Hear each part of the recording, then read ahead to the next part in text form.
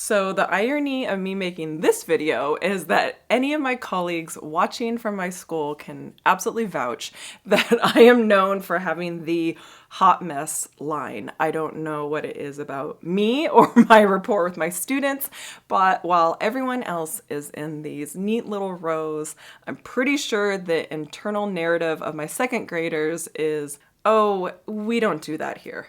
Hello, my time crunch teachers, Marielle here, and today's teaching tip is about how I actually got those little critters to line up for that one time when the superintendent walked by.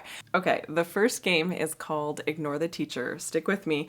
The kids think this is hilarious. Begin by buying or finding the most obnoxious party favors you can get. Think noisemakers, bubbles, squeaker toys, whistles, whatever.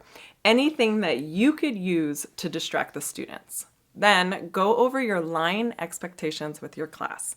Review things like noise level, body position, spacing, walking pace, walking lanes, and anything else that is an expectation for your class. Next, let the students know that they are going to walk down the hallway to the playground or wherever and back, and they only have one objective: ignore the teacher. For every kid that can successfully ignore the teacher, the class gets 1 point.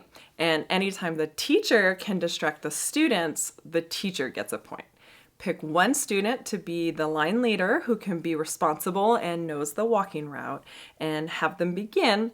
And as the class walks the route, you walk up and down the line and do everything you can to distract them. Blow bubbles, make funny faces, squeak all the toys, all of it. Then start calling out points if the kids are able to ignore you, or if you get one of them to crack, call out, "Teacher gets a point." Have them walk the entire route and tally up the points when you return to the classroom. Now, the key to this ridiculous game is that after it's completed, chances are the kids have actually done a pretty good job ignoring you. Despite making a complete fool of myself, I only scored like 3 points. So clearly the kids won. However, anytime after that we needed to walk somewhere in a line as a class, I reminded them, hey, if you can ignore Miss D swinging a rubber chicken in the air, you can ignore that student in front of you. Feel free to break out this game anytime they need a refresher. It's hilarious and super fun for the students to play. The next activity is for how to get them to line up at the door from their seats. I don't know what it is about second graders, but being first in line is clearly the greatest accomplishment in their lives. So those little creatures are the sweetest things you've ever met, but as soon as I say, line up for lunch, they start throwing hands. So here's what I do instead, and shout out to our music department for coming up with this one. I saw them do it during summer school, and it worked like magic. All you have to do is have the kids make faces. I know it sounds too simple, and the first time I saw it, I'm like, is that it? But rest assured, it works. Before you have them line up, say, okay, I'm looking for a confused face. Or you can say, I want to see silly faces or angry faces or bored faces, whatever. Throw out an expression, watch the kids contort and make the faces, and then call out your favorite ones to line up.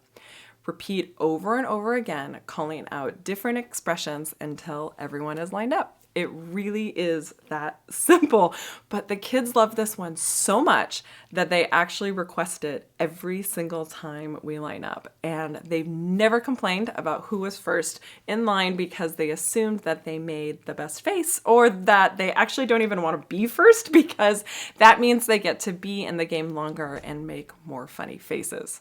If you're interested in more ways that I've made a fool of myself for the benefit of my students, then check out this video with their favorite spelling games.